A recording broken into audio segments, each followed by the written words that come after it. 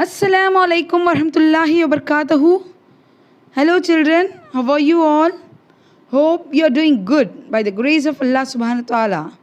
Welcome back to our social class. Alhamdulillah, we have successfully completed our first term and we are stepping into our second term. Okay, before entering into our today's topic, you just tell me, have you ever visited hill stations? Yes, ma'am. Oh, good. Then can you tell me about hills? Yes, ma'am. Shall I? Yeah, my dear.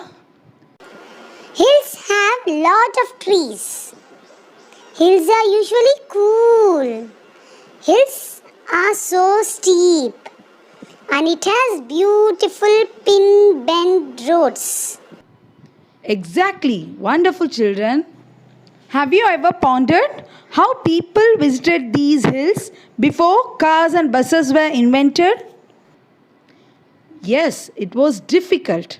That's why Moovendas, Cheras, Cholas and Pandyas didn't rule these hills. They ruled whole of Tamil Nadu except these hills. Really? Then who ruled these parts, ma'am? In the Sangam age, many philanthropists rule these hills. Do you know who is philanthropist?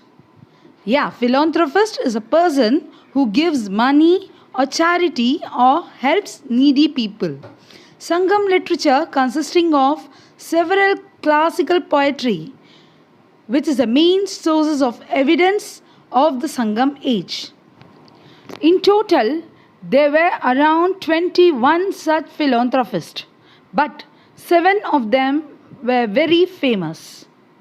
And they were also called as Kadayelu Vallalgal or feudal lords. Hope you remember about Kadayelu Vallalgal, isn't it?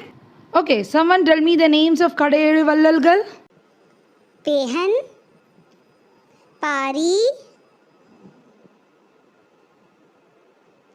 Nedumudi Kari,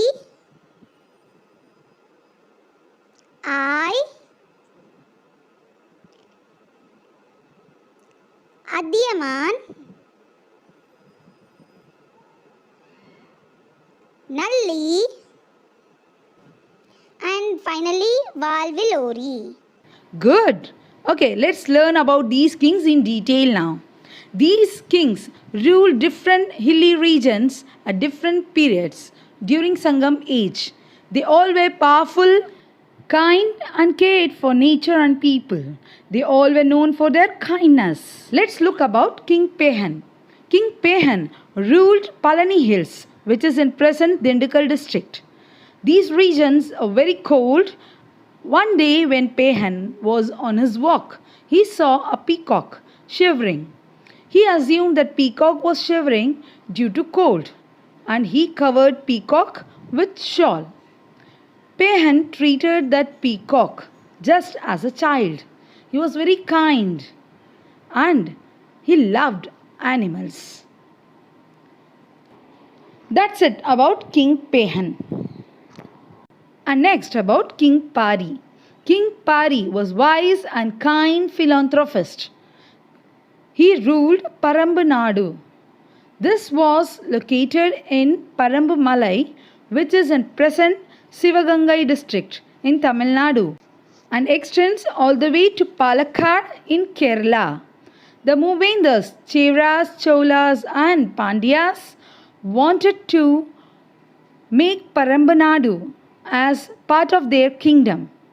They were not able to win the battles against Pari and his army individually. So, they attacked Parambu Nadu together. In the thick forest inside the hills, they were not able to defeat Pari's army. Instead, they made sure that Parambu Nadu could not get water or food from below the hills. They thought that Pari would surrender after he ran out of food and water. But Pari did not surrender. Few months passed.